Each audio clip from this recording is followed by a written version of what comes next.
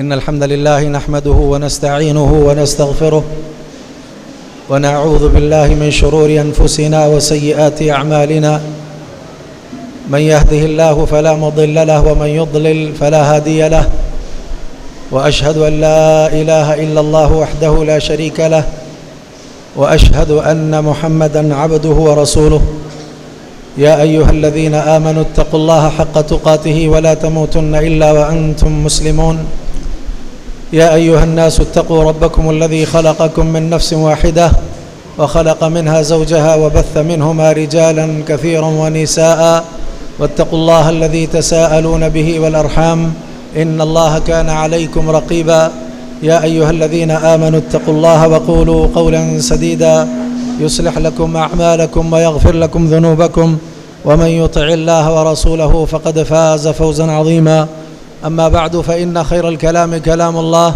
وخير الهدى هدى محمد صلى الله عليه وسلم وشر الأمور محدثاتها وكل محدثة بدعة وكل بدعة ضلالة وكل ضلالة في النار قال الله تبارك وتعالى في كلامه المجيد إنا نحن نزلنا الذكر وإنا له لحافظون. حضرات و حاضرین، بلا تمہید میں سیدھے اپنے موضوع پر آ کر کے انتہائی مختصر سے وقت میں چند باتیں اس درخواست کے ساتھ گوشہ گزار کروں گا کہ آپ تمام باتوں کو یاد رکھیں گے اور جو باتیں عمل سے متعلق ہوں گی ان پر عمل پیرا ہونے کی بھرپور کوشش کریں گے. اللہ مجھے آپ سب کو اس کی توفیق عطا فرمائے، آمین یا رب العالمین.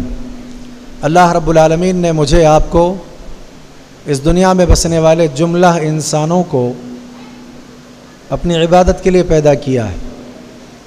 اللہ رب العالمین نے فرمایا وما خلقت الجن والانس الا لیعبدون، میں نے جنوں اور انسانوں کو صرف اور صرف اپنی عبادت کے لیے پیدا کیا ہے. عبادات کی بہت سی شکلیں ہیں، ان عبادتوں میں ایک اہم عبادت الدعا ہے. ظاہر بات ہے آدم علیہ السلام سے خطا ہو گئی، بعدہ آپ نے دعا کا خوب اہتمام کیا تو اللہ رب العالمین نے آپ کی دعا کو قبول کیا. آپ دعا کرتے رہے ربنا ظلمنا انفسنا وان لم تغفر لنا وترحمنا لنكونن من الخاسرین. وہیں اللہ رب العالمین نے ملائکہ کو حکم دیا تھا کہ آدم کا سجدہ کریں، سب نے سجدہ کر لیا اور ابلیس نے انکار کیا. بالآخر وہ اللہ کی رحمت سے دور ہوا، وہ کافروں میں سے تھا. بعدہ اس نے اللہ رب العالمین کے سامنے اس بات کو واضح فرمایا کہ لَأَقْعُدَنَّ لَهُمْ صِرَاطَكَ الْمُسْتَقِيمَ ثُمَّ لَآتِيَنَّهُمْ مِنْ بَيْنِ أَيْدِيهِمْ وَمِنْ خَلْفِهِمْ وَعَنْ أَيْمَانِهِمْ وَعَنْ شَمَائِلِهِمْ وَلَا تَجِدُ أَكْثَرَهُمْ شَاكِرِينَ. میں ان کے لیے تیرے سیدھے راستے پر بیٹھوں گا اور ان کے سامنے سے، ان کے پیچھے سے اور دائیں بائیں سے آ کر کے ان پر حملہ آور ہوں گا. خود ہی اس نے واضح کر دیا کہ لا تجد اکثرهم شاکرین، پروردگار ان میں سے اکثر کو تو توحید پرست نہیں پائے گا، اکثر کو تو موحد نہیں پائے گا، اکثر ایسے ہوں گے جو تیری شکر گزاری نہیں کرنے والے ہوں گے. اس نے بھی دعا کی اور یہ کہا رب فانظرنی الی یوم یبعثون، میرے پروردگار مجھے قیامت تک کے لیے اس کام کو انجام دینے کے لیے مہلت عطا فرما. اور اللہ رب العالمین نے اس کو مہلت عطا کی. اس نے اپنا کام شروع کیا، راہ راست سے اچھوں کو ہٹانا، گمراہی پر لانا، غلط راستے پر لے آنا. اپنا کام اس نے شروع کیا. نوح علیہ السلام تک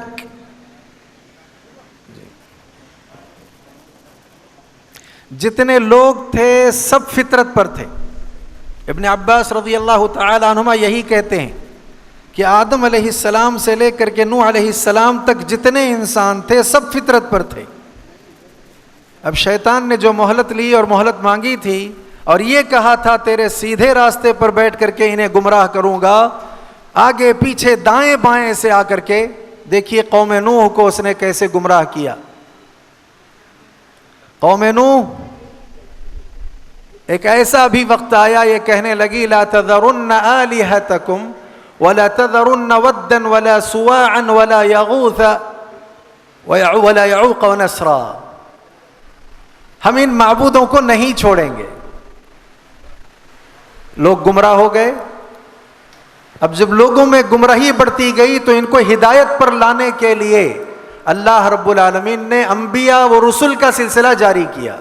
میرا خیال ہے آواز بہت زیادہ ہے، ایکو والا مسئلہ ہے، شاید آپ تھوڑا اسے کم کر دیں تو بہتر ہے. ٹھیک ہے؟ ہاں چلیے ماشاءاللہ، مجھے ایسا لگ رہا ہے. ٹھیک ہے. اللہ رب العالمین نے بگڑے اور گمراہ لوگوں کو راہ راست پر لانے اور اس کی رہنمائی کے لیے انبیاء و رسل کا سلسلہ جاری فرمایا. ان میں کچھ ایسے بھی رسل رہے یا انبیاء تھے اللہ رب العالمین نے انہیں رسالت کے لیے منتخب کیا، ان پر کتب کو نازل فرمایا ہے. یہ کڑی آگے بڑھتے بڑھتے اللہ کے نبی علیہ السلام تک پہنچتی ہے. آپ علیہ السلام جب اس دنیا میں تشریف لائے تو آپ کی آمد سے پہلے ماحول کیا تھا، حالات کیا تھے، لوگوں کی طبیعتیں اور لوگوں کا مزاج کیا تھا. قرآن نے ایک مختصر سے ٹکڑے میں اس کی وضاحت کر دی اور فرمایا وَإِن كَانُوا مِن قَبْلُ لَفِي ضَلَالٍ مُبِينٍ. آپ کی آمد سے پہلے یہ سارے لوگ گمراہ تھے، شیطان نے ان کو راہ راست سے ہٹا دیا تھا. اب ان کو ہدایت پر لانے کے لیے آپ کو بھیجا گیا. اسی لیے آپ دیکھیں ایک مقام پر اللہ نے نبی کے بارے میں فرمایا اِنَّكَ لَتَهْدِي إِلَى صِرَاطٍ مُسْتَقِيمٍ. اے نبی آپ صراط مستقیم کی رہنمائی کرنے والے ہیں. سیدھا راستہ کیا ہے یہ لوگوں کو آپ دکھانے والے ہیں، اس کی آپ رہنمائی کرنے والے. اللہ رب العالمین نے ایک اور مقام پر یہ بات بیان فرمائی قد جاءکم من اللہ نور و کتاب مبین. تمہارے پاس تمہارے رب کی جانب سے قد جاءکم من اللہ نور و کتاب مبین، روشنی اور کھلی اور واضح کتاب آ گئی ہے. اس کتاب کا کام کیا ہے اور یہ کتاب جن پر نازل ہوئی ان کا کام کیا ہے؟ یخرجہم من الظلمات الی النور. یہ جو لوگ تاریکیوں میں ہیں ان کو تاریکیوں سے نکالنا اور روشنی کی طرف لانا، یہ ان کا کام ہے. اسی لیے میں نے حمد و ثنا کے بعد یا خطبۃ الحاجہ کے بعد جس آیت کی تلاوت کی اس میں اللہ نے اسی کو واضح کیا اِنَّا نَحْنُ نَزَّلْنَا الذِّكْرَ. ہم ہی نے ذکر کو نازل کیا ہے اور ذکر سے مراد قرآن ہے. ہم نے قرآن کو نازل کیا ہے. جب اللہ کے نبی علیہ السلام پر قرآن اور رب کے کلام کے نزول کا سلسلہ شروع ہوا، آپ نبی اور رسول بنائے گئے اور اللہ کا کلام آپ نے لوگوں کے سامنے پیش کیا تو لوگوں کا حال کیا تھا آپ کو پتا ہے؟ کچھ لوگ تھے ایسے جو یہ کہا کرتے تھے اللہ کے نبی کے بارے میں کہ یہ جو کلام کہہ کر کے پیش کر رہے ہیں ہمارے سامنے رب کی بات، یہ رب کی بات نہیں ہے، شاعر کا قول ہے. کسی نے کہا نہیں، یہ کاہن کی بات ہے، کاہن کا قول ہے. کسی نے کہا نہیں، یہ مجنون اور دیوانہ ہے، ایسی باتیں کہتا ہے. کسی نے کہا نہیں، افترا علی اللہ کذبا ام بہ جنہ، یہ اللہ تعالیٰ پر افطرا کرنے والے ہیں یا کوئی جن آ کر کے ان کو پڑھا کر کے جاتا ہے. کسی نے کہا اعانہ علیہ قوم آخرون، ایک قوم ہے جو اس سلسلے میں ان کی مدد کرتی ہے، ان کے تعاون سے یہ باتیں بیان کرتے ہیں. کسی نے کہا انما یعلمہ بشر، کوئی بشر ان کو پڑھاتا ہے، کوئی بشر ان کو تعلیم دیتا ہے. ایک اور جگہ اللہ نے کہا ان ھذا الا قول البشر، یہ بشر کی باتیں ہیں. دیکھیے آپ کیسے کیسے الفاظ، کیسے کیسے جو ہے اللہ کے نبی علیہ السلام پر اتہامات کہ شاعر کا قول ہے، کاہن کا قول ہے، کوئی قوم مدد کرتی ہے، کوئی جن پڑھا کر جاتا ہے، اللہ پر جھوٹی باتیں یہ منسوب کر کے کہتے ہیں اللہ نے کہا ہے، افترا کرتے ہیں، اور کسی نے کہا بشر کا قول ہے، ساری باتیں اس طرح کی وہ بیان کرتے رہتے تھے۔ اللہ رب العالمین نے تردید کر دی ہے۔ میں نوجوانوں سے چاہوں گا کہ میرے اس بات کی طرف ضمناً توجہ دیں، کیونکہ اس وقت جو حالات چل رہے ہیں، اللہ کے نبی کی شخصیت اور شان میں گستاخی کا جو معاملہ چل رہا ہے، ضمناً وہ بات بھی یہاں آ جائے گی۔ کیا کہا ان لوگوں نے؟ کاہن، شاعر، دیوانہ، ایک قوم مدد کرتی ہے، اور یہ بشر کا قول ہے، ایسی بہت ساری باتیں کی۔ اللہ نے بہت سارے باتوں کی تردید کی اور فرمایا وَلَا بِقَوْلِ شَاعِرٍ، ایک جگہ وَلَا بِقَوْلِ کاہن، پھر ایک جگہ اللہ نے کہا مَا صَاحِبُكُمْ بِمَجْنُونَ، بلکہ اللہ رب العالمین نے یہ بھی بیان فرمایا مَا أَنْتَ بِنِعْمَةِ رَبِّكَ بِمَجْنُونَ، یہ رب کی آپ کے رب کی آپ پر نعمت ہے کہ آپ دیوانے نہیں ہیں۔ یہ شاعر کا قول نہیں ہے، کاہن کا قول نہیں ہے۔ تو کہیں اللہ رب العالمین نے کہا جو کہتے ہیں اعانہ علیہ قوم آخرون فقد جاءوا ظلما وزورا، یہ جو کافر ہیں انہوں نے ظلم اور جھوٹ کا ارتکاب کیا ہے، یہ سب جھوٹ ہے، یہ ظلم ہے۔ اللہ کے نبی علیہ الصلوۃ والسلام کے بارے میں اس طرح کی باتیں کرنا۔ اب ان تمام باتوں کی تردید میں ایک جو اسلوب اللہ نے اختیار کیا وہ کتنا پیارا ہے۔ میں ضمناً یہاں یہ بات کہہ دینا چاہتا ہوں، بھئی تردید کرنے کا اختیار سب کو ہے۔ آپ بھی تردید کیجئے کہ ہم کفر کو نہیں مانتے، وہ بھی تردید کریں کہ ہم اسلام کو نہیں مانتے، ٹھیک ہے، تردید کا اختیار تو ہے نا، لیکن توہین نہیں کرنی ہے۔ توہین ایک الگ شے ہے اور تردید ایک الگ شے۔ اللہ کے نبی علیہ السلام کے نبوت اور رسالت کی تردید بھی ہوئی، اور کچھ ایسے بھی تھے جنہوں نے توہین بھی کی ہے۔ اللہ رب العالمین نے دلاسا دیتے ہوئے کہا اِنَّا كَفَيْنَاكَ الْمُسْتَهْزِئِينَ، یہ جو استہزاء کرنے والے ہیں ان کے لیے آپ کی طرف سے ہم کافی ہیں، اللہ نے فرمایا۔ کہیں اللہ نے تسلی دیتے ہوئے کہا أَلَيْسَ اللَّهُ بِكَافٍ عَبْدَهُ، اپنے بندے کے لیے کیا تنہا اللہ کافی نہیں ہے؟ کہیں اللہ رب العالمین نے نبی سے فرمایا خُذِ الْعَفْوَ وَأْمُرْ بِالْعُرْفِ وَأَعْرِضْ عَنِ الْجَاهِلِينَ، آپ درگزر سے کام لیجئے، نیکی کے کام کا حکم دیجئے، یہ جاہل لوگ ہیں ان سے اعراض کیجئے آپ۔ تو لہذا اللہ کے نبی علیہ الصلاۃ والسلام پر کلام کا نزول ہوا، آپ نبی بنائے گئے، تردید ایسے ہو رہی ہے مختلف کلمات اور جملوں کے ذریعے۔ اب اللہ رب العالمین نے جو اسلوب اختیار کیا وہ انتہائی اہم ہے۔ اللہ نے فرمایا وَإِن كُنتُمْ فِي رَيْبٍ مِّمَّا نَزَّلْنَا عَلَىٰ عَبْدِنَا فَأْتُوا بِسُورَةٍ مِّن مِّثْلِهِ، کہتے تھے نا شاعر کا قول، کاہن کا قول، قوم مدد کرتی ہے، کوئی پڑھاتا ہے، بشر کی بات ہے۔ تو اب اللہ نے کہا ہمارے بندے پر جو کچھ ہم نے نازل کیا ہے وَإِن كُنتُمْ فِي رَيْبٍ مِّمَّا نَزَّلْنَا عَلَىٰ عَبْدِنَا، اگر اس میں تم کو شک ہے تو پھر اس جیسی کوئی صورت لے کر کے آؤ۔ یہ ہے تمام باتوں کا رد، لے آؤ اس جیسی کوئی صورت۔ اور یہ تحدی اور یہ چیلنج کا جو اسلوب ہے یہ بھی بڑا نرالا ہے۔ امام ابن کثیر رحمہ اللہ نے تو یہ کہا سب سے پہلے ان لوگوں سے کہا گیا اس قرآن جیسا قرآن لاؤ۔ اچھا طاقت نہیں پورا قرآن جیسا قرآن لانے کی، تو کہا 10 صورتیں لاؤ۔ اچھا 10 صورتیں لانے کی بھی طاقت نہیں، ایک صورت لاؤ۔ اچھا ایک صورت بھی نہیں لا سکتے ہیں تو ایک جملہ فَلْيَأْتُوا بِحَدِيثٍ مِّثْلِهِ، اس جیسی ایک بات تو لے کر کے آؤ۔ بعض علماء نے اس کو تھوڑا الٹ دیا ہے اور یہ کہا کہ ہو سکتا ہے کوئی اعتراض کر کے کہے کہ بھئی پورا قرآن ہم کیسے لا سکتے ہیں، یہ تو بس کی بات نہیں ہے، کم از کم کوئی ایک بات بنانے کے لیے کہہ دے تو شاید کوشش کر کے لائیں۔ تو اس ترتیب کو بعض نے الٹ کر کے کہا ایک بات بھی گویا قرآن کے اللہ کا کلام ہے، ایک بات اگر کوئی بنا لے جائے تو گویا پورا قرآن بنا لے جائے گا وہ۔ تو کہا اس ترتیب کو الٹی ہے، ان کی ذہنی صلاحیتوں کے اعتبار سے پہلے کہا ایک بات لاؤ، اب ایک بات لاؤ گے تو دوسرا چیلنج بھی قبول ہو جائے گا، وہ کیا ہے؟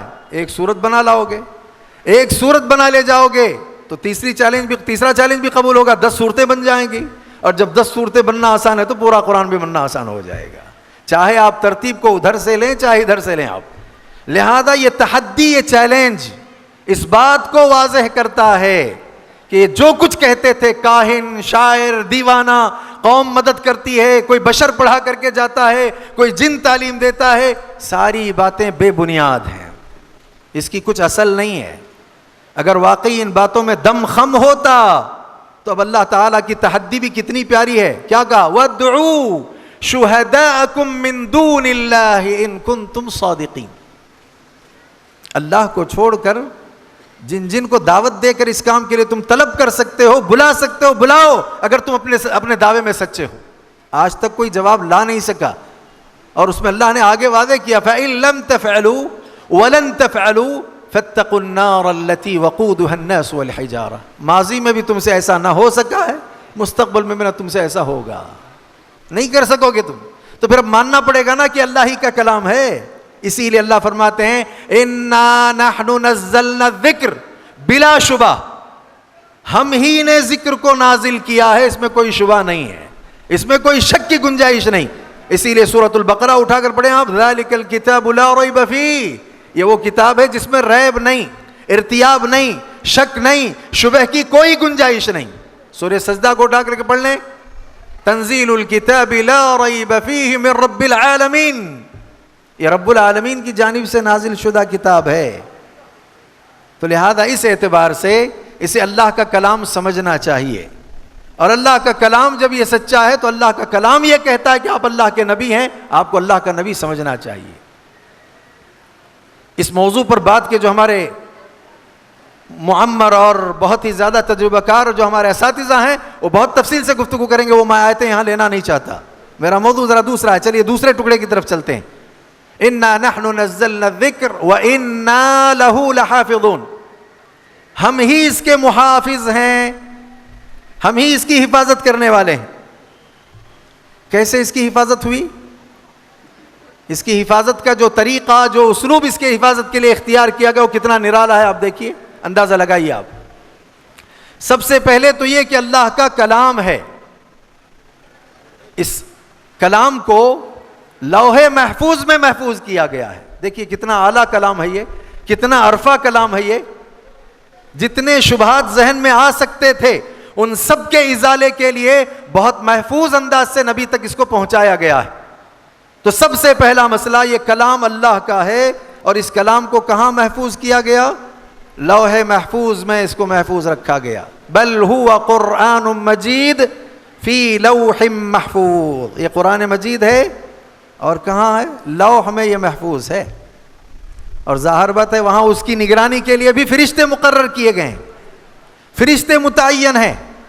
لا یمسہ الا المطہرون، پاکیزہ فرشتوں کے سوا وہاں اسے کوئی چھوتا نہیں ہے۔ آپ اندازہ لگائیے، کلام پاک، انتہائی اعلیٰ، انتہائی عرفہ، رب کا کلام، لہذا اس کی حفاظت کا یہ طریقہ ہے کہ اس کو لوح محفوظ میں محفوظ کیا گیا۔ ٹھیک، اب اگلا جو انتظام حفاظت کا کیا گیا وہ کیا ہے؟ ہوتا یہ تھا کہ یہ جو جنات ہیں ان میں سے جو ان کا سردار ابلیس ہے، کہہ دیا تھا نا اس نے تیرے سیدھے راستے پر بیٹھوں گا، آگے پیچھے دائیں بائیں سے آ کر کے ان کو ورغلاؤں گا اور بہکا دوں گا۔ تو اس کے لیے ان کا آسمانوں پر جانا تھا، چوتھے آسمان پر، آسمان دنیا پر جا کر بیٹھتے تھے یہ، وہ فرشتوں اور رب کے درمیان کی باتیں یا فرشتوں کے درمیان کی باتیں جو رب کی آیا کرتی اسے سن لیتے، اسے اچک لیتے تھے، اور اچک کر کے دنیا میں آ کر کسی کاہن کو بتا دیتے۔ اب وہ اس اچھی ایک بات میں 99 باتیں جھوٹی ملا کر کے کہہ دیتا، پیشین گوئی کر دیتا، تو لوگ کیا سمجھتے؟ یہ تو بڑا پہنچا ہوا آدمی ہے، اس کی بات اور اس کی پیشین گوئی ٹھیک ہو گئی۔ تبھی آسمانوں پر جا کر کے بیٹھتے۔ تو اس کلام کی حفاظت کے لیے دوسرا جو طریقہ اختیار کیا گیا وہ کیا؟ اللہ رب العالمین نے لوح محفوظ سے پورے کلام کو آسمان دنیا پر ایک جگہ ہے بیت العزت، وہاں پہنچایا ہے، اور وہاں پہنچانے کے لیے جس مہینے کا انتخاب ہوگا وہ مہینہ شہر رمضان کا۔ اللہ نے کیا فرمایا؟ شہر رمضان الذی انزل فیہ القرآن، شہر رمضان یہ وہ مہینہ ہے جس میں قرآن مجید مکمل طور پر لوح محفوظ سے آسمان دنیا پر جو بیت العزت ہے وہاں اتارا گیا۔ اور شہر رمضان ہی کا انتخاب کیوں ہوا؟ کسی دوسرے مہینے میں بھی تو اس کو نازل کیا جا سکتا تھا. اس لیے کہ اللہ کے نبی فرماتے ہیں یہ مہینہ جو ہی شروع ہو جاتا ہے شریر شیاطین جو ہوتے ہیں نا ان تمام شریر شیاطینوں کو پابند سلاسل کیا جاتا ہے, مقید کر دیا جاتا ہے. تو لہذا ان کو مقید کیا گیا اور محفوظ طریقے سے کلام کو لوح محفوظ سے لے کر کے آسمان دنیا پر پہنچایا گیا. چلیے تیسرا مرحلہ حفاظت قرآن کا کیا ہے؟ اب آپ یہ پوچھ سکتے ہیں نا بھئی ٹھیک ہے چوتھے آسمان پر تو نہیں لیکن آسمان دنیا پر تو وہ جایا کرتے تھے, اب تو اور آسانی ہو گئی نا, یہاں سے وہ کلام میں سے کچھ کلام کو اچک سکتے ہیں, حاصل کر سکتے ہیں اور اپنی باتیں شامل کر کے لوگوں کو گمراہ کرنے میں کامیاب ہو سکتے ہیں. نہیں, اس کا ازالہ کیسے ہوا؟ اللہ رب العالمین نے اس کے حوالے سے بیان فرمایا وَلَقَدْ زَيَّنَّا السَّمَاءَ الدُّنْيَا بِمَصَابِيحَ وَجَعَلْنَاهَا رُجُومًا لِلشَّيَاطِينِ. ہم نے آسمان دنیا کو ستاروں سے مزین کیا ہے اور بعض ستاروں کو شیطان کے مار بھگانے کا آلہ بنایا ہے. اب یہاں بھی کوئی شیطان نہیں پہنچ سکتا ہے, پہنچے تو بعض ستارے متعین ہیں جو شیطان کو مار بھگائیں گے. دیکھیے حفاظت کا کتنا پیارا انتظام ہے. چلیے یہاں پر بھی انتظام ہو گیا. اصل مدعا اصل بات مجھے آخر میں بتانی ہے کہ یہ ساری چیزیں میں کیوں بیان کر رہا ہوں. پوری توجہ سے اگر آپ میری بات سنیں گے تو اختتام آپ کو سمجھ میں آئے گا. چلیے اب جبرائیل امین آسمان دنیا سے رب کا کلام موقع بموقع لے کر کے نبی تک پہنچتے ہیں. تو یہ جو درمیان کا فاصلہ ہے اس میں کلام کی حفاظت کا کون سا انتظام ہوا؟ ہو سکتا ہے نا جبرائیل امین آ رہے ہوں, ابلیس بھی جا کر کے اس میں سے کچھ اچک لے اور جا کر کے جو ہے باتیں بیان کر دے اس میں شامل کر کے الٹی سلٹی. تو اس کی حفاظت کا کون سا انتظام ہوا؟ اللہ رب العالمین نے جبرائیل امین کا تعارف کرواتے ہوئے فرمایا انه لقول رسول کریم ذی قوت عند ذی العرش مکین مطاع ثم امین وما صاحبکم بمجنون. یہ بزرگ فرشتے کا قول ہے, بہت طاقت والا ہے. ذی قوت عند ذی العرش مکین, عرش والے اللہ کے نزدیک اس کا مقام بہت اونچا ہے, اور ساتھ ہی ساتھ مطاع, آسمانوں میں اس کی بات مانی جاتی ہے. ثم امین, بہت امانت دار ہے. دیکھیے سارے شکوک ختم ہو گئے. جبرائیل امین سے بھی کوئی یہاں خیانت نہیں ہو سکتی, اس لیے کہ اللہ نے کہا بہت امانت دار ہیں.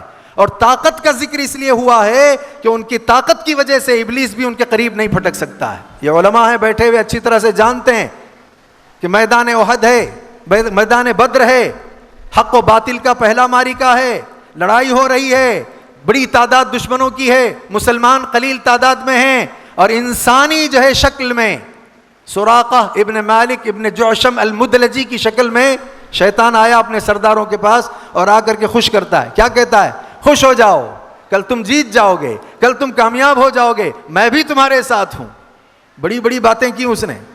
جب صبح اللہ کے نبی علیہ الصلوۃ والسلام کی دعا کی قبولیت کے نتیجے میں 1000 فرشتے مدد کے لیے اس میدان میں جب اترے ہیں تو سردار کے ساتھ فرشتے اتر رہے ہیں, تو یہ ابلیس جو انسانی شکل میں آیا تھا, یہ شیطان, وہ دیکھ کر کے بھاگ رہا ہے میدان چھوڑ کر کے. پوچھا سرداروں نے کل تو کہتے تھے ساتھ دو گے, ساتھ دیں گے, اور آج بھاگ رہے ہو. تو کہا میری آنکھیں جو دیکھتی ہیں وہ تم نہیں دیکھتے ہو, لہذا اب جبرائیل کی آمد کے بعد یہ کہاں رہ سکتا ہے. اسی لیے قوت کا تذکرہ ہے. تو معلوم ہوا کہ شیطان, ابلیس بھی, شیطان بھی جب آسمان دنیا سے جبرائیل امین وحی لے کر کے نبی کی طرف آ رہے ہوں اس موقع پر بھی اس میں سے اچک نہیں سکتا, اس میں سے کچھ کلام کو حاصل نہیں کر سکتا. لہذا امانت داری کے ساتھ جبرائیل امین بلا خیانت اللہ کے نبی تک اس کو پہنچا دیتے ہیں. حفاظت کا یہ انتظام کلام کی. چلیے اب آگے دیکھتے ہیں. اب یوں تصور کیجیے آپ کہ جبرائیل امین اس وقت اللہ کے نبی کے بالکل قریب آ چکے ہیں. اس وقت حفاظت کا کون سا انتظام ہوتا تھا؟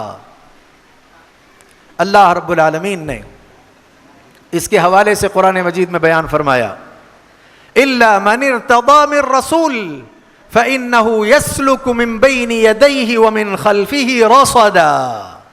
اللہ جن کو بھی نبوت اور رسالت کے لیے چن لیتا ہے ان کے آگے ان کے پیچھے ایک پہرے دار لگا دیتا ہے. تو نزول قرآن کے وقت بھی آپ کے آگے اور آپ کے پیچھے ایک پہرے دار ہوا کرتا تھا تاکہ باطل آگے سے بھی داخل نہ ہو سکے, پیچھے سے بھی داخل نہ ہو. اسی لیے ایک جگہ اللہ نے فرمایا لا یأتیہ الباطل من بین یدیہ ولا من خلفہ تنزیل من حکیم حمید. باطل آگے سے بھی نہیں آئے گا، پیچھے سے بھی نہیں آئے گا۔ چلیے اگلی بات دیکھتے ہیں۔ یہاں تک تو حفاظت کا انتظام ہوا، اب یہ کلام کہاں اترتا تھا؟ اللہ کے نبی علیہ السلام کے دل پر۔ اس کا نزول کہاں ہوتا ہے؟ دل پر۔ اللہ نے قرآن میں فرمایا نزل به الروح الامین علی قلبک لتکون من المنذرین، یہ روح الامین جبرائیل امین کلام لے کر کے آپ کے دل پر اترتے ہیں۔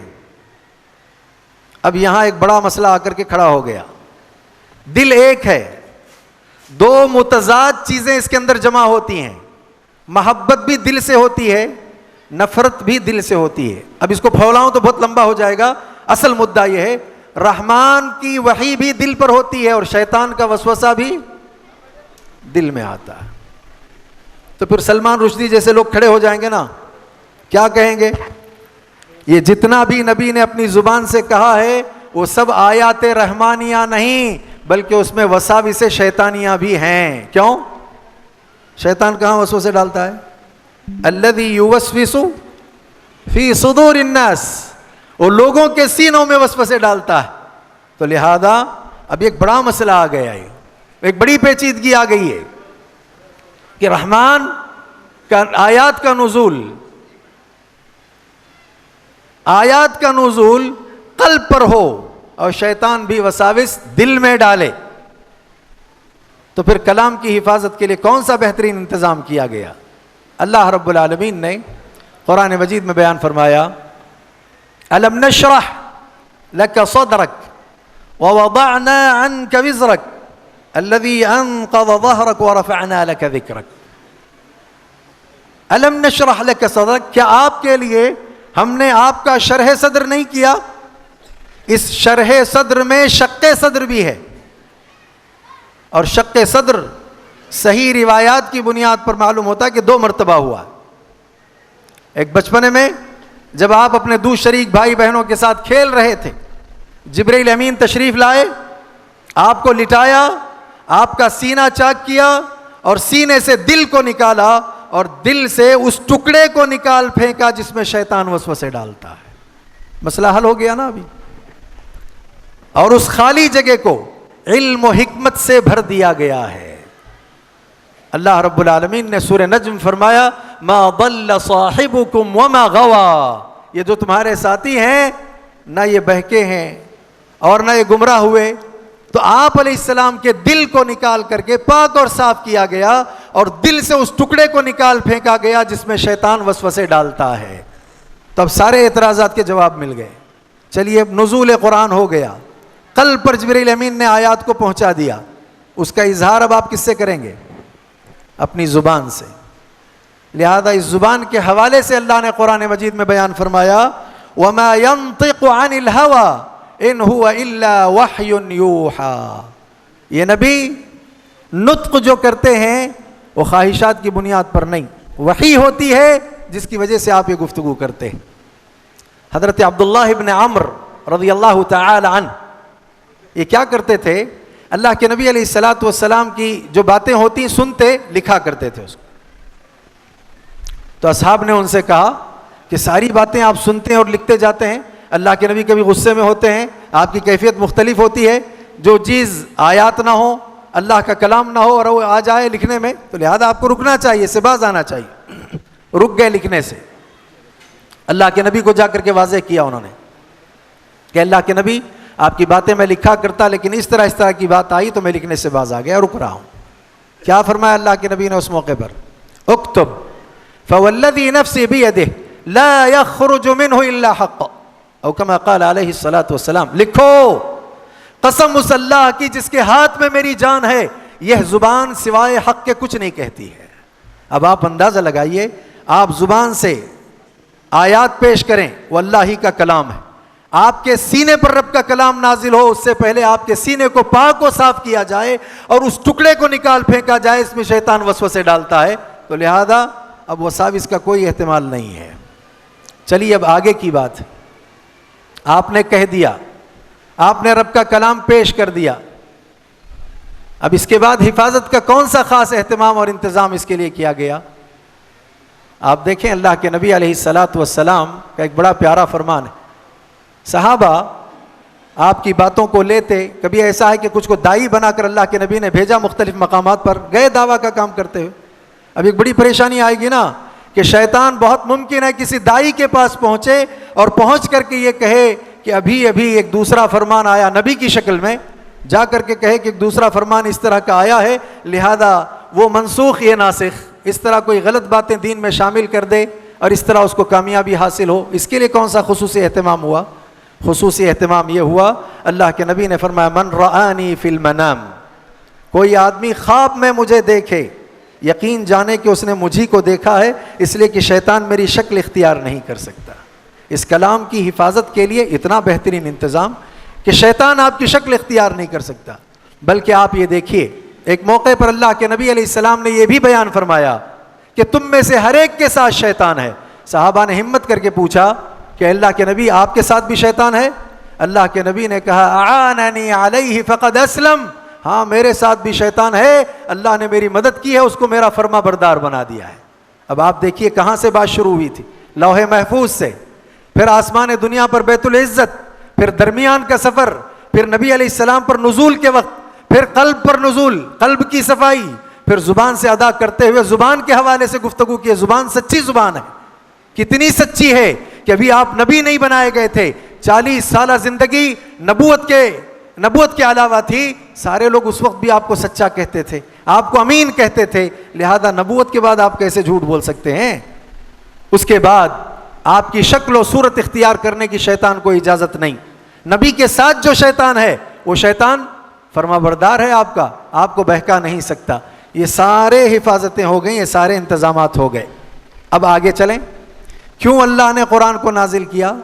وَأَنزَلْنَا إِلَيْكَ الذِّكْرَ لِتُبَيِّنَ لِلنَّاسِ, اس ذکر کو ہم نے اس لیے نازل کیا ہے تاکہ آپ اسے لوگوں کے لیے واضح کریں. تب معلوم ہوا کتاب کے ساتھ سنت چاہیے, اللہ کے نبی علیہ السلام کے فرامین چاہیے. آپ نے وضاحت کی ہے قرآن محفوظ ہے, ہم کہتے ہیں اس قرآن کی حفاظت کے لیے سنت بھی محفوظ ہونا ضروری ہے. اگر آپ صرف قرآن کو محفوظ مانیں, سنت اگر محفوظ نہ ہو تو پھر اس آیت کا جواب کیا؟ وَمَا آتَاكُمُ الرَّسُولُ فَخُذُوهُ وَمَا نَهَاكُمْ عَنْهُ فَانْتَهُوا, رسول جو دیں اسے لو اور اس سے منع کریں اس سے رک جاؤ. تو لہذا قرآن محفوظ ہے, تو اس قرآن کی حفاظت کے لیے سنتیں بھی محفوظ ہیں, احادیث بھی محفوظ ہیں. کیوں؟ اللہ نے کہا نازل آپ پر ہم نے اس لیے کیا تاکہ آپ لوگوں کے سامنے اس کو واضح کریں. آپ نے واضح کر دیا, آپ نے بتا دیا. دنیا سے رحلت کا وقت آ گیا تو آپ نے یہ ذمہ داری کس کو سونپی؟ دیکھیں آپ, یہاں سے میں اپنی بات پر آ رہا ہوں. 5-10 منٹ میں اپنی بات میں اس لیے ختم کروں گا کہ اکابر علماء کو سننا ہے اور ان کو زیادہ وقت جو ہے دینا ہے. یہاں تک تو ہم آ گئے, کتاب اور سنت محفوظ, اللہ کے نبی کا قول, اللہ کے نبی کا فعل, اللہ کے نبی کا فرمان محفوظ. اگر وہ محفوظ نہیں تو پھر اللہ کے کلام کا سمجھنا ممکن نہیں, اللہ کے کلام کو سمجھنا ناممکن ہے. تو کلام کی حفاظت کے لیے سنت کی حفاظت ضروری, سنت کا محفوظ ہونا ضروری. اب اللہ کے نبی نے پوری زندگی بتائی, 23 سالہ زندگی میں آپ نے رب کا پیغام پہنچایا, اب دین مکمل ہو گیا. اليوم اکملت لکم دینکم واتممت علیکم نعمتی ورضیت لکم الاسلام دینا. آج کے دن میں نے تمہارے لیے دین کو مکمل کر دیا ہے اور اپنی نعمت کو تم پر تمام کر دیا ہے. اب میں کہتا ہوں کہ اکمال دین ہو گیا, اتمام نعمت ہو گئی, ایک کام باقی بچا ہے. وہ کام اللہ کے نبی نے جس کے ذمہ کیا ہے وہ کون ہے؟ صحابہ تھے, آپ نے پوچھا اللہ کا پیغام میں نے پہنچایا ہے؟ بلغت الرسالہ وادیت الامانہ, آپ نے اپنی رسالت کا حق ادا کیا ہے, آپ کو جو امانت ملی تھی آپ نے پہنچا دی ہے, آپ نے اللہ کو گواہ بنایا. اس کے بعد آپ نے حکم دیا الا فلیبلغ الشاہد الغائب, جو یہاں حاضر ہیں اب ان کی ذمہ داری ہے کہ وہ غائب تک اس بات کو پہنچائیں. دیکھیے صحابہ کرام, انہوں نے اللہ کے نبی کی بات کو بعد والوں تک پہنچایا, یہ شے چلتی رہی. اسی لیے ہم یہ کہتے ہیں, ہمارا یہ کہنا ہے کہ دلائل کتاب کے آپ کے پاس ہوں, دلائل سنت کے آپ کے پاس ہوں, لیکن ان دلائل کے لیے اب فہم کی جب بات آتی ہے تو پہلا جتھا, پہلا گروہ صحابہ کا ہے.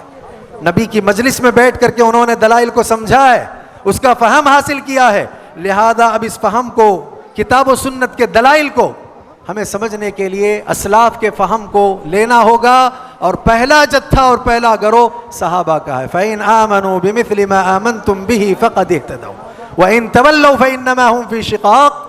لہذا اس طرح صحابہ کرام نے تابعین تبع تابعین تک ایک بات پہنچائی۔ اب اس دین کی حفاظت کے لیے میں کہنا چاہتا ہوں، اتنا حفاظتی انتظام کیوں کیا گیا، اس دین کو کیوں محفوظ رکھا گیا؟ اس لیے کہ اللہ کے نبی نے فرمایا میں اور قیامت ایسے آئے ہیں جیسے دو انگلیاں۔ اب یہاں سے ختم نبوت کی بات آ گئی، میں اور قیامت ایسے آئے ہیں جیسے دو انگلیاں ہیں۔ تو اس کا مطلب یہ ہے کہ آپ علیہ السلام کے بعد نبی رسول تو نہیں، کون آئے گی؟ کیا آئے گی؟ قیامت آئے گی۔ تو پھر یہ محفوظ دین جو اللہ کے نبی تک اور اللہ کے نبی کے ذریعے صحابہ تک پہنچا، اس کی حفاظت کب تک رہے گی؟ یہ کب تک محفوظ رہے گا؟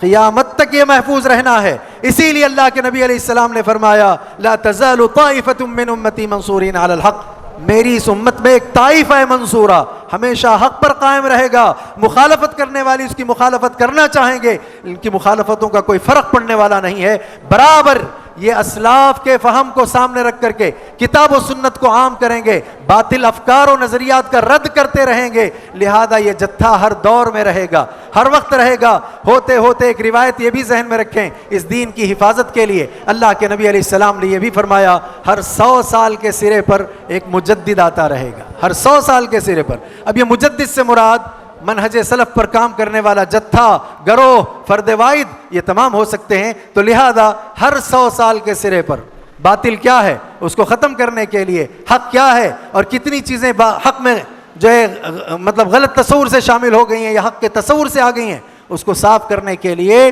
لہذا ہر 100 سال کے سرے پر مجدد بھی آتے رہیں گے۔ اسی سلسلے کی ایک آخری کڑی اگر آپ دیکھیں گے تو آخری کڑی کیا ہے؟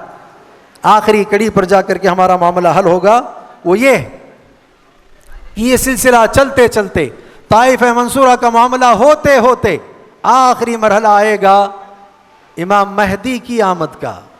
اہل السنہ والجماعہ کا یہ عقیدہ ہے کہ قرب قیامت سے قبل امام مہدی تشریف لائیں گے۔ اس موقع پر کس کا نزول ہوگا؟ عیسیٰ علیہ السلام کا نزول ہوگا۔ ان کا نزول بھی اگر ہوگا تو ظاہر بات ہے وہ محمد صلی اللہ علیہ وسلم کی شریعت کے تابع ہو کر کے آئیں گے۔ عجیب بات یہ دیکھیے آپ، اللہ کے نبی کا ایک بڑا پیارا فرمان ہے العلماء ورثۃ الانبیاء، علماء انبیاء کے وارث ہیں۔ تو لہذا ہوگا کیا؟ علماء ہر دور میں رہیں گے، وراثت میں نبی کے بعد لوگوں کو علم ملے گا، وہ اہل علم آئیں گے، کوئی نبی نہیں آئے گا۔ آپ صحیح ترمذی کی روایت کو اٹھا کر کے پڑھ لیجئے نا، اللہ کے نبی علیہ السلام نے فرمایا ان الرسالۃ والنبوۃ انقطعت، رسالت اور نبوت اب منقطع ہو گئی، ختم ہو گئی ہے، لہذا لا رسول بعدی ولا نبی۔ بعض لوگ وہ آیت کریمہ اہل علم بتائیں گے اس کو ما کان محمد ابا احد من رجالکم ولکن رسول اللہ وخاتم النبیین، اس کو پڑھ کر کے خاتم النبیین کی بنیاد پر نبوت کا خاتمہ ہوا، رسالت کا نہیں۔ لیکن یہ صاف اور صریح روایت ہے جس میں اللہ کے نبی علیہ السلام نے اس بات کو واضح فرمایا ہے کہ ان الرسالۃ والنبوۃ قد انقطعت لا رسول بعدی ولا نبی، میرے بعد رسول بھی نہیں، میرے بعد نبی بھی نہیں۔ انبیاء کے بعد علماء ہوتے ہیں، علم والے آئیں گے، نبی نہیں آئے گا، رسول نہیں آئیں گے، امام مہدی آئیں گے۔ یہ دین کے تحفظ اور حفاظت کا مسئلہ وہاں تک چلے گا۔ لہذا اس کے بعد عیسیٰ علیہ السلام کا نزول ہوگا، وہ بھی محمد صلی اللہ علیہ وسلم کی شریعت کے تابع ہوں گے۔ اس اعتبار سے اس بات کو ضرور ذہن میں رکھنا چاہیے کہ آپ علیہ السلام کے بعد اہل علم کا سلسلہ جاری ہو سکتا ہے، وحی کا سلسلہ منقطع ہو گیا۔ ایک بات بہت جلدی اور تیزی سے بتا کر کے میں ختم کروں گا، اپنی جگہ لوں گا۔ آپ دیکھیں جب سورۃ الضحیٰ کا نزول ہوا والضحیٰ واللیل اذا سجى ما ودعك ربك وما قلى وللآخرة خیر لك من الاولى، ان جو ہے آیتوں میں دو خواتین کا تذکرہ آیا ہے۔ ایک خاتون تو ایسی تھی جو شرارت کی انتہا کو پہنچ چکی تھی، 2 راتیں صرف اللہ کے نبی نے بیماری کی وجہ سے قیام اللیل نہیں کیا تھا، رات میں آپ نے قیام نہیں کیا۔ اس خاتون نے کیا کہا اللہ کے نبی سے؟ ایسے لگتا ہے محمد تیرے شیطان نے تجھ کو چھوڑ دیا ہے، میں دیکھتی ہوں کہ 2 رات سے وہ تیرے پاس نہیں آتا ہے۔ اس طرح کے جو ہے الفاظ استعمال کیے۔ لیکن اگلی آیت کی تفسیر دیکھیے وَلَلْآخِرَةُ خَيْرٌ لَكَ مِنَ الْأُولَى، اے نبی آپ کے لیے دنیا سے زیادہ بہتر آخرت ہے۔ ام ایمن کا واقعہ پڑھ لیں آپ یہاں، حضرت ابوبکر رضی اللہ عنہ، حضرت عمر فاروق رضی اللہ عنہ، دونوں نے کہا اللہ کے نبی جب بقید حیات تھے ام ایمن کے یہاں زیارت کے لیے جاتے تھے، آج ہم جائیں گے۔ گئے زیارت کے لیے، پہنچے وہاں اور جانے کے بعد کیا دیکھتے ہیں، ام ایمن رو رہی ہیں، آنکھیں اشکبار ہیں۔ پوچھا رونے کا سبب کیا؟ اس سے پہلے کہا کیا تمہیں معلوم نہیں کہ اللہ کے نبی علیہ السلام کے لیے اس دنیا میں جو تھا اس سے زیادہ بہتر آپ کے لیے آخرت میں ہے؟ کیا آپ نہیں جانتی ہیں؟ کہا بالکل میں جانتی ہوں، مجھے معلوم ہے ایسا ہی ہے، لیکن میں روتی کس لیے ہوں؟ انا اعرف هذا، میں اس سے واقف ہوں، لیکن رونے کا سبب کیا؟ ولكن ابکی ولكن ابکی ان الوحی قد انقطعت من السماء، او کما قال جو ہے ام ایمن۔ بہرحال یہ دیکھیے کہا انہوں نے کہ میں جانتی ہوں کہ اللہ کے نبی کا وہاں مقام بہت اونچا ہے، بہت اعلیٰ ہے، بہت عرفہ ہے، لیکن مجھے رونا اس لیے آتا ہے کہ وہ آپ کی آمد کے موقع پر جبرائیل امین جو وحی لے کر آتے تھے، اب وہ وحی کا سلسلہ منقطع ہو گیا ہے۔ یہی ٹکڑا جواب ہے، جب وحی کا سلسلہ منقطع ہو گیا تو انقطاع وحی کے سلسلے کے بعد اب کوئی نبی نہیں آ سکتا، کوئی رسول نہیں آ سکتا۔ آخری بات یہ ہے کہ ہمارے یہاں دلائل ہر ایک کے پاس ہیں، ہر مکتب فکر کے پاس دلائل ہیں، اور وہ بھی بخاری کی دلیلیں ہیں، کتاب و سنت کی دلیلیں ہیں، قرآن کے دلائل ہیں، لیکن مسئلہ گڑبڑا کہاں جاتا ہے؟ فہم کا جب معاملہ آتا ہے تو گڑبڑا جاتا ہے۔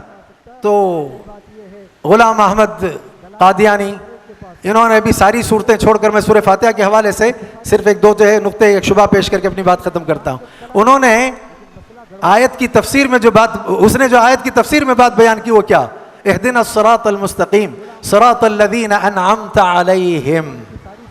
کہا اس آیت کریمہ میں اللہ رب العالمین نے بندوں کو دعا سکھائی ہے، دعا کرو، اللہ سے مانگو۔ میں نے اپنا خطاب دعا سے شروع کیا تھا، اب دعا ہی پر ختم کر رہا ہوں میں۔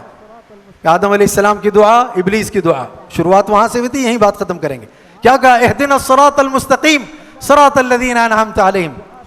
احمدیہ وہ جو پاکٹ بک ہے نا آخری ایڈیشن، اس میں آپ یہ دیکھ سکتے ہیں، آیت کتاب کی، قرآن کی آیت ہے، لیکن مطلب دیکھیے کس کا ہے؟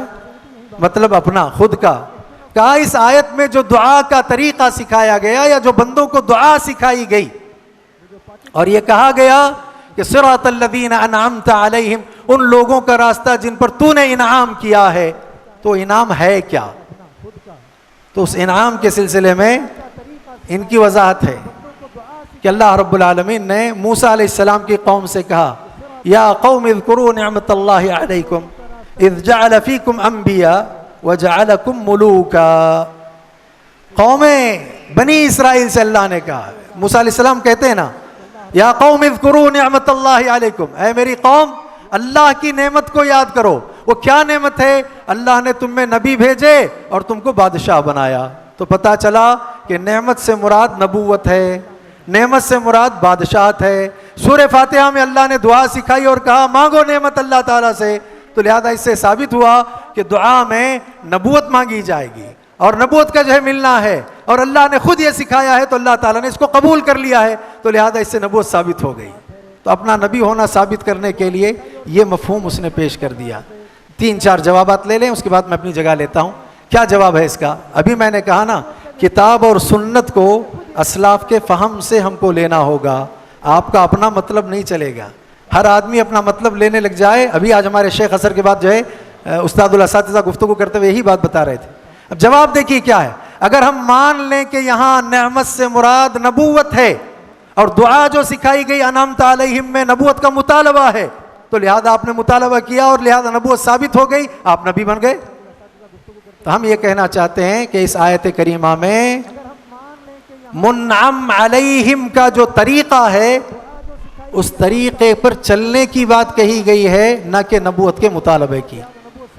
آپ دیکھیں اللہ نے کہا لقد کان لکم فی رسول اللہ اسوۃ حسنہ، اللہ کے نبی کی زندگی تمہارے لیے بہترین اسوہ اور نمونہ ہے۔